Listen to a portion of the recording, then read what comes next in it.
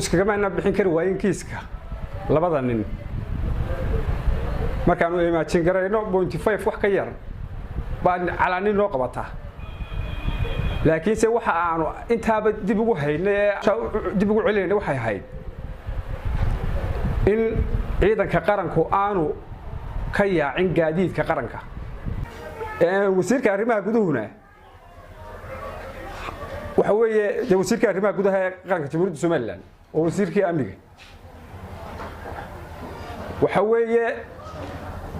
habar jeclo ayaa loo soo diray inuu kala jabiyo oo madaxa isu geliyo arigii beeye macaan wad ogeedo wasiirka arrimaha guduhu meel lama dhigin halka intuu dhigay buu kaga tagay meel ku asteen buu kaga tagay oo yiri habar jeclo isma dhex mari karto madaxweyne gobolkii Saraar wuu xidhmay waxa xidhay mas'uuliyiinta aad u soo dirtay ee uu ka koob yahay barasaab haddadan aynu joognana wuxuu ka shaqeynayaa rabshad abuur buu ka shaqeynayaa tii ugu weyneyd ilaahi rabbil caalamiin ilaahay ma hadis kale waxaan doonayaa halkan inaan kilib yar ka qabto oo aan dhowr qodob kaga hadlo oo dhowr arrimood taagan oo ugu horeeyo askariga taacadiga ku xidhan iyo arrimo halkan oo ka soconayo gobolka dhexdiisa horta marka koobaad markan ka warrama askariga waxa ku dhacday sharci darro aad u fool xun oo loo geystay oo waxaanu geeyin lagu xukumay ciidanka qarankana lagu bahdilay marka hore waxaan leeyahay madaxweynaha qaranka Jamhuuriyadda Soomaaliland Mudane Muuse Biixi Cabdi anagu iskaga ma bixin kari waayeen kiiska labada nin markaan u imaajin garayno 0.5 wax ka yar baan calaanin loo qabataa laakiin se waxa aanu intaaba dib ugu haynay aanu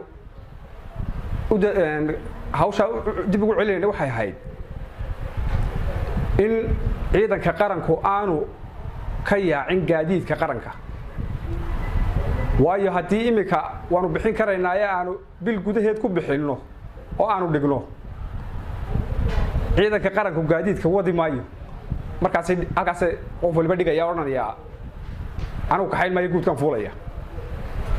oo mid walba reerkiisa intuu la hadlo oranaya gaadiidka qaranka waan dhigaya annaguna bil gudaheed baan ku bixin karaynaa labada dhintay iyo waxa kale aad ku dartaba in kan aan soo diisan karaynaa annaga waxa lagu weyn qarannimada Jamhuuriyadda Soomaaliland waxaanu ogsoonahay wixii loo soo maray iyo wixii ay soo martay iyo asaaskeedii iyo geesiyaashii u dhintay naftooda horay marka hadii anu waxaan leenahay imika maxkamadii arrinka lagu celiyo hadii la doonayo dalku inuu foodo galo ciidanka qaranku gaadiidka uu ka yaacana anagu waa bixinaynaayo imika hadda warqadaha lagu celiyo meeshii racbaankana hala rido labada ninna waa bixinaynaa kiiskooda waxaan leenahay madaxweyne annagu horta hadaan nahay beesha habar jeclo qarannimada Jamhuuriyadda Soomaaliland in la yiraahdo habar jeclo dumisay marnaba hanaga sugo haddaad ka nagu xukuntay haddaad 10 damba nagu xukuntaba in qarannimada Jamhuuriyadda Soomaaliland waxna laga saaro taasi waa mid aan meeshaba ku jirin hanogana fadhiyo haddaad nagu xukuntana imkaan bixinayna haddii kalena sifihii sharciga mariyo wadadeeda ha marto waxaan kale halkan ka sheegayaa mudane madaxweyne dadkan aad u dirtay ummadda ee aad isleedahay adigu malaa waxay kuugu maqan yihiin cod iyo dad bay ku hayaan in aanay waxba ku hayn baan ku sheegayaa ka tabaabushood hal qof ku keeni kari maayo waxa wasiir aska daba diraysaa wasiirka arrimaha guduhuna waxa weeye wasiirka arrimaha gudaha ee qaranka Jamhuuriyadda Soomaaliland oo wasiirkii amniga waxa weeye habar jeclo ayaa loo soo diray inuu kala jabiyo oo madaxa isu geliyo arigii beeye macaan wad ogeedo wasiirka arrimaha guduhu meel lama dhigin halka intuu dhigay buu kaga tagay oo wixii basagaan meel ku asteen buu kaga tago yiri habar jecel isma dhexmari karto tiil ascaanood isaga qarxiyo wadogeed dawladda hoose dalkana isaga dhulka jiidayo wad ogtahay meel walba qof nin buu xidha marka mudane madaxweyne tii haddii aad ku raacsan tahayna waa sax oo aad ku ogtahay haddii kalena dadkan aad xilalka u magacawday dadka u soo dirtay adiga iyo dadka iyaga ay kala fogeynaya oo ummadii sii eriyay ee wax ka qabo madaxweyne waxaan inta ku darayaa mudane madaxweyne gobolkii Saraar wuu xidhmay waxa xidhay mas'uuliyiinta aad u soo dirtay ee uu ka koob yahay barasaab haddadan aynu joognana wuxuu ka shaqeynayaa rabshad abuur buu ka shaqeynayaa tii ugu weyneyd iyadoo goojacda ka dhacayso oo aan looba jeedin seera iyo wax kala toonna buu soo dhex dhigay seera qulubo oo carqaladeynaya amniga gobolka Saraar isagoo oo aan la kaashanayn xildhibaano mas'uuliyiin kale cuqaashii ugu waaweyneed og iyo halka wax laga sameeyo isagoo aan la kaashanayn waa intuu afar hoosta uga yeedho marba oo la kala faqo oranaya waxa la fulinaya horta waxaan ku sheegaynaa madaxweyne arrinkan wax ka qabo oo intaan dil ka dhicin arrinkan wax ka qabo seeraha oo seeraha naga jooji lacagtiisa marba afar inta meel lagu faqo lagu cunayo ee aan meeshina gaadhayna labadii reeyagu la isku diray mudane madaxweyne wax ka qabo oo barasaabkan magaalada laga qabto iyo gobolka wuxuu caadaystay imika inaanu wax allaaliya wuxuu baqlayaaba aan jirin cid uu la tashanaya jirin maayo uu tashanaya golo deegaan iyo cuqaal iyo salaadiin iyo cid uu gobolka ka tashanaya aan jirin afar isduweyntu yeedho sidoo doono gobolka ka yeelayo isagoo in badan aanu ka hadlaynay oo musuqmaasuq iyo wuxuu doono ka sameeynaya gobolka buu haddana imikana ka bilaabay nabadgelyo darro inuu ka abuuro gobolka anigu ma garanayo wax allaala iyo inta uu gobolka joogay maalin waxaan idhaahdo wax saxan buu qabta halkii dantiisu ugu jirtay lacag uga soo go'ayso ee wuxuu ka helayaa ku dhaqaaqa haddii la leeyahay halkaas dadkii ku madhaynaa ma dhaqaaqayo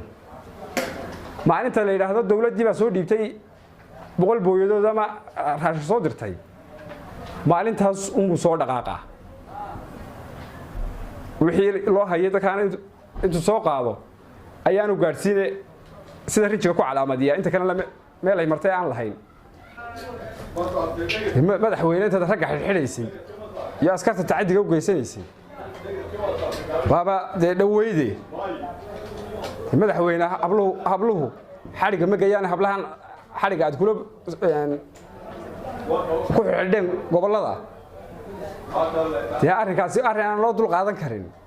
buu noqonayaa mudane madaxweyne hablaha hal sii daayay iyo saxafiyiinta xidhan wax maanan ka sii deyn kari waayin waxaan doonana maanan oran kari waayin waxa la aliyo waxaan doonana ka sameyn kar lahayn Somaliland ba haddana markasta waxaan ugu weynday qarannimada jamhuuriyadda Somaliland oo aan dib isu qabanaa yeynaan ku ciyaarin qarannimada qarankana yeynaan taaban qaranka aynu dhisno habar jecel hadaynu nahay waxa laga saarin qaranka cid kale waxa laga saaray marka mudane madaxweyne arrinka askariga wax ka qabo inanta xiran ee bishaara banday ee saxaafiyada ee inaka ahin oo xariga iyo tacadiga kula kacay qof waa muwaadino mar waa gafi kara wax yar oo ay qortay kuma mutaysan karto xariga inta leeg laakiin se ceeb waxay ku tahay madaxweyne arrinka ay faraha la galeen wasiirkii arrimaha gudaha ووزيركي عدالة ووزيركي انت سو وزير اي gacanta la galeen ee al'aana da rafanaya in kibaar la iska noqday ka arrinkaas aad baan ugu cambaaraynayaa ayaan darro aad u weyn iyagu ku yahay dhaliil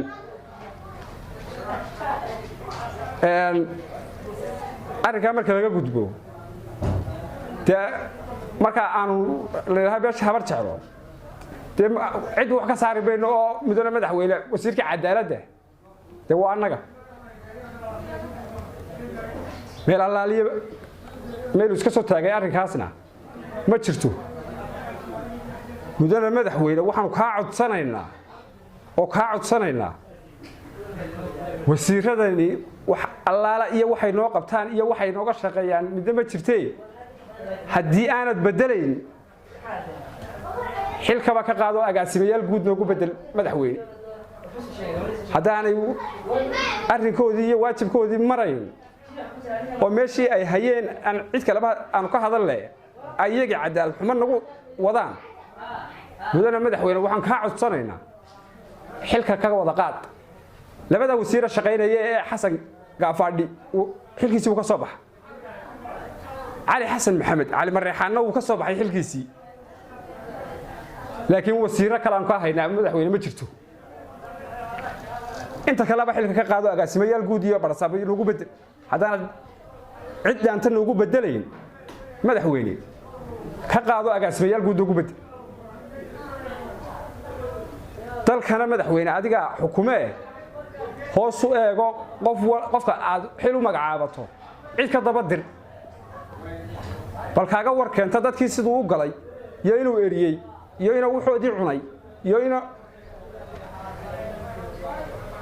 waxaanu halkan maalintii hore uga sheegnay wasiirka arrimaha gudaha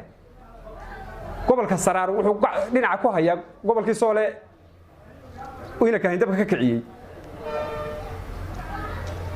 waxa laaliya wixii culaysay anaga nagu soo dhacay waanu la hadalay cid kasta waanu la hadalay cid arrinka naga taageeraysa maanaan arag cid wax ku darsanaysa maanaan arag wax walba anaga qaranka soo ururinay xoolaha ururinay wax walba ka shaqeynay dhaawac anaga kala guraynay dhakhtarka anaga joognay macawisa anaga u keenay alaabta raashikooda anagu nagu qornaayo ka shaqeynay oo xaqna lagu leeyahay oo aanan cidna u sheegayn taas iyo xoolo wixii loo qalayo laakiin madaxweyne xaq looma lahayn gobolkii Saraar ee dacalka ku hayay waxa soo culaysay ku dhacayay iyo Gabiley iyo Berbera iyo Odweyne iyo Burco sida loola dhaqmay kabka wax looga jaray in kan kab in laga jaro daaye in wax loogu daraabay ahayd wax guudka looga keenay daaye kabkii baa laga sii kala jaray mudane madaxweyne arrinka hadaan ogeynaa oo la leexsaday arrinka madaxweyne wax ka qabo wax gaadiido maraan jirin wax kale oo lagu cashuuraan jirin intaan wax ku kala wadina kabka yarbe kabkii yaraana waxa la yiri waxa la sibantiin gobolada dalka ee amniga ay aan waxba ka dhicin iyaga ee cid aan u shaqeynayna dhakhtarkooda aan cid la geynay maalin walba halka waxaan loo keenaa ciidan qaran oo kabihii qadhaa xidhan iyo direeskii oo dhaawaca oo aan hal mir sugi karayn inay sitaan macawisaan u keenaa dacas baan u keenaa garamaantaan u keenaa xoolahaan u sii qalaa mar allaaliye markaan lagu yiraahdo dagaal baa saaka waxba la tuura baanu ka sii diyaar garownaayo aanu anaga golo deegahan aanu ka taxadarnaayo aanu u sii diyaarinaa